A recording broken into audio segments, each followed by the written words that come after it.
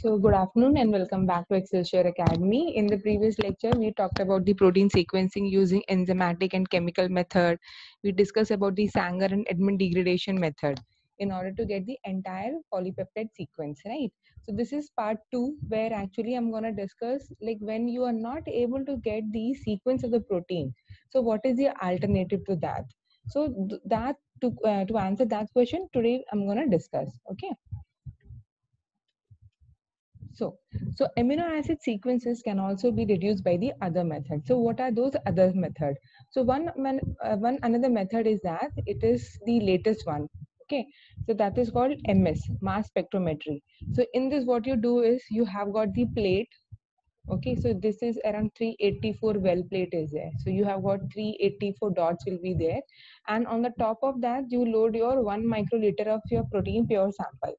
Then what happens? High intensity laser beams comes and falls on that dot and it ionizes your protein. Okay, so whatever proteins are there, peptides are there, it get ionizes, and based on the charge by mass ratio, the peak are formed. Okay, so many peaks will be there. Now each peak will correspond to the one particular charge by mass, and we know that each amino acid has got certain charge by mass. So if that value matches, okay, so then you can say that okay, it is the glycine or it is the tryptophan. So from that you can actually get the total sequence of the polypeptide chain. Okay, I'm sure that this is not that much clear to you, so I'll take the mass spectrometry as a separate lecture itself. In that in detail I'll teach you. So for time being, just understand that using mass spectrometry also, you can actually get the sequence of the protein.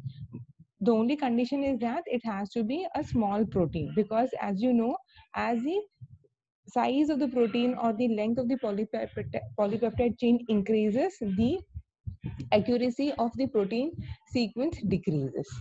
Okay, now there another method is to get the sequence of the protein is by using the gene sequence. So that is, if you have got the DNA sequence, you know that there is a genetic codon, right? So codons are there. So you know that there are 64 codons are there. You can use and you can get the sequence of your protein. So these are the two different methods by which you can get the amino acid sequence of the protein. Now tell me, according to you, which one is easy? Mass spectrometry is easy, or using Sanger method is easy, or Edmond method, or by using the gene code, or by using the DNA sequence? So which method among all the four is simple? Anyone? Ranjan, what do you think? Among all these four methods, that is MS, Sanger, Edmond and DNA sequence, which method is easy to get the sequence of the protein?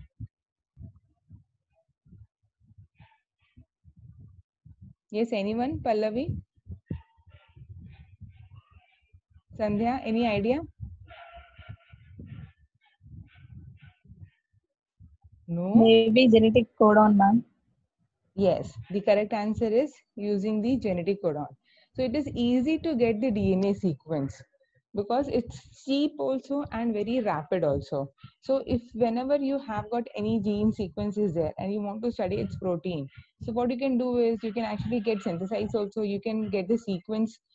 So whenever you give it to the companies, within a day they will give you the sequence of the DNA. So once you know the sequence, then you know the protein sequence also. And once you have the protein sequence, you can do various kinds of characteristic studies. Like you can take the sequence, you can plot its 3D structure using PyMol is there.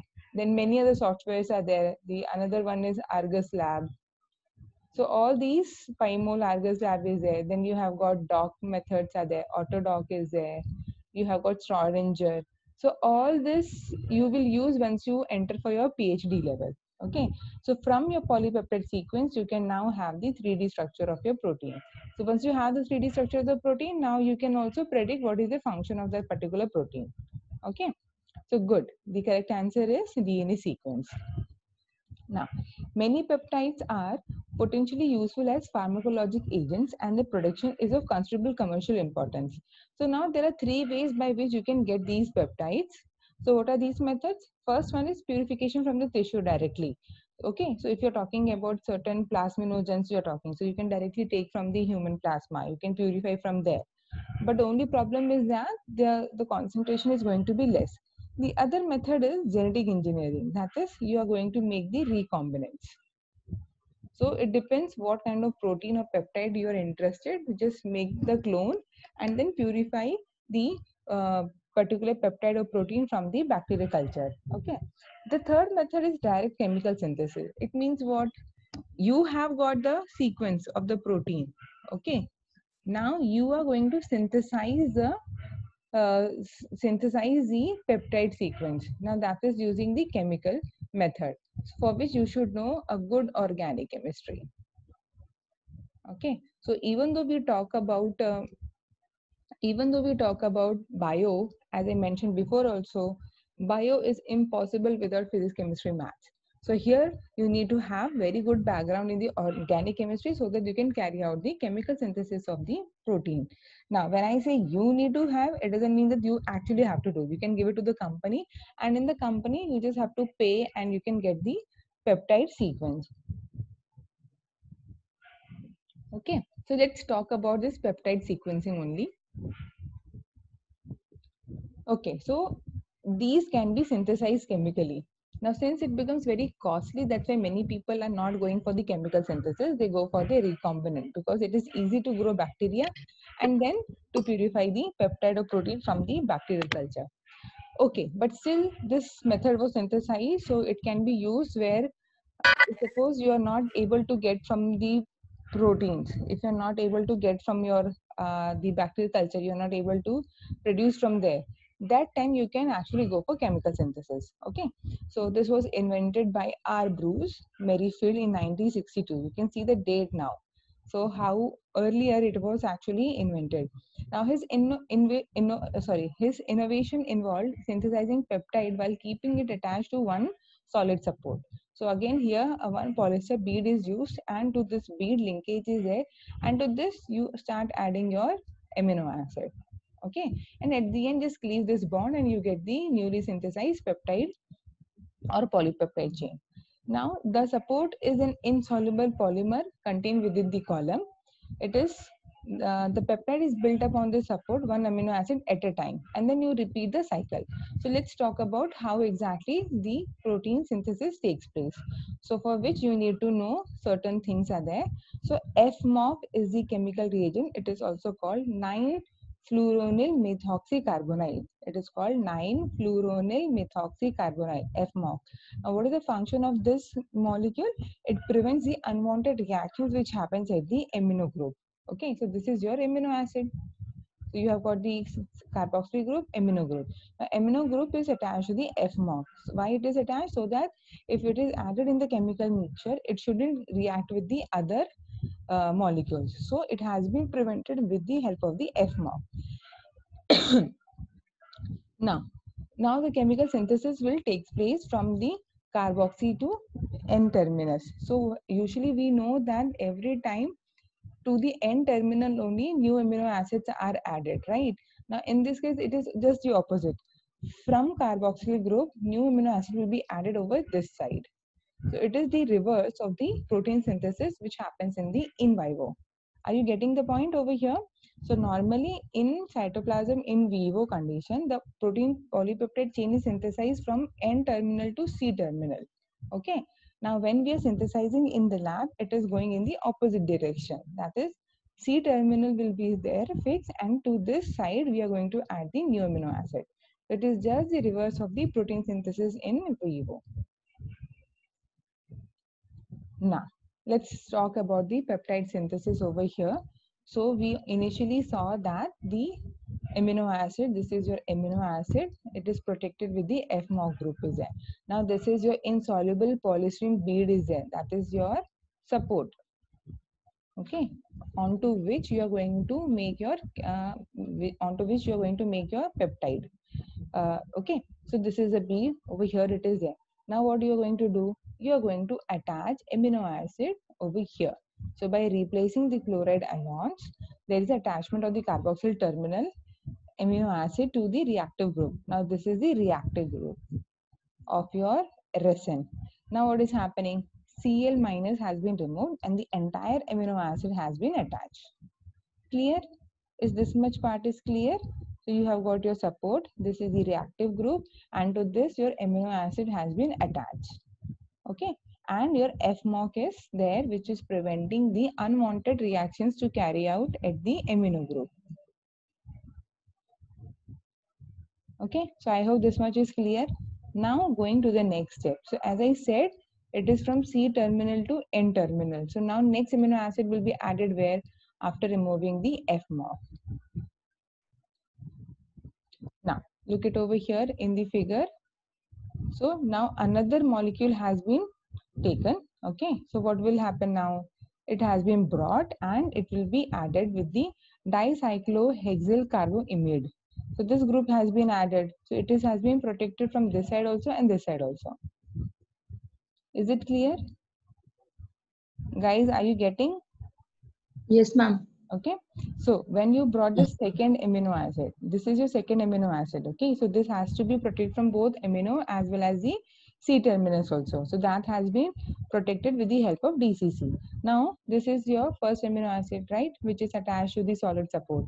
Now once you brought to the chemical mixture, so your first amino acid is here, second amino acid is here. So first you need to remove this one. So when this group is removed, which is this group? This is your dicyclohexyl carboimide group is there. DCC group is there. So now once this DCC group has been removed, what will happen?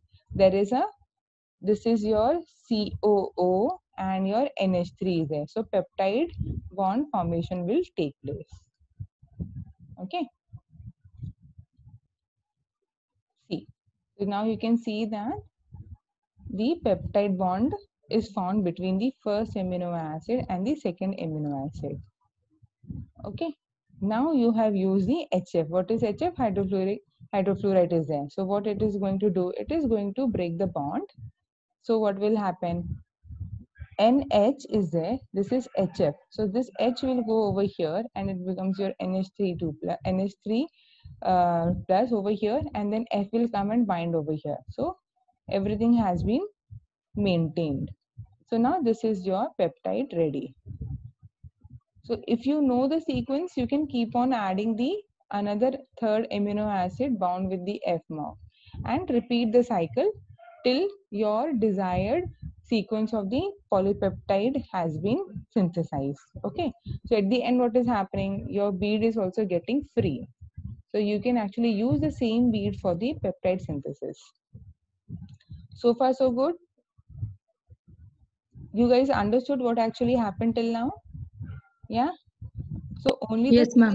you have to just practice it. Okay, so just write the steps, at least if not the structure, just write the steps so that you can understand what exactly has been happening. Okay,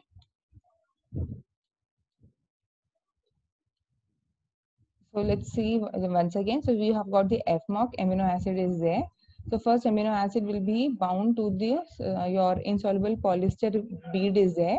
Okay, now you brought the another second amino acid again with the FMOC and DCC. Once it is gone to the mixture, what will happen? Your DCC will be removed first and peptide bond formation will take place between the first amino acid and the second amino acid, which is what you saw over here. And if suppose your chemical synthesis of the protein or the peptide has been completed, then add your HF. So HF will help in removing the peptide from the your polystyrene bead. So this is how your chemically synthesized peptide is ready now. Okay.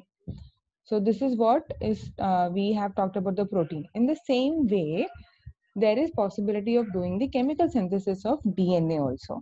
So it is similar concept, only the chemicals what we are using is going to be different. Okay, so since it was there for the exam, the only thing is I don't remember which exam, whether it was for MSc or BSc level, I forgot about that. But yes, this question was there. So there's nothing wrong in learning extra. So yes, so automated DNA synthesis is conceptually similar to the synthesis of polypeptides on a solid support. So this is how in the industries or in the companies the synthesis of DNA takes place. Now where actually we use the synthesis of DNA? So you know what is PCR, right? Polymerase chain reaction. I hope everyone knows about it. Yeah. Yes, ma'am. So in PCI, you know, there's something called primers. Those primers are nothing but your oligonucleotides only. And these oligonucleotides you design in the lab using certain softwares. And finally, you tell to your company that I need these oligonucleotides. So how they are making? So they are making by using this method only, the chemical synthesis of DNA using DMT. Okay. So we are going to study that only. So the first nucleoside is attached to the silica support at the 3-OH, and the 5-OH is actually protected with the help of DMT. What is DMT over here? Dimethoxytrittyl group. Okay. Now the reactive groups on all the bases are also chemically protected. Later, the protecting group, that is DMT, is removed by washing with the acid. Now, since this is the color, so you can keep on washing till the color has been changed. The next nucleotide is activated with the help of diisopropyl amino group, and it is reacted with the bound nucleotide.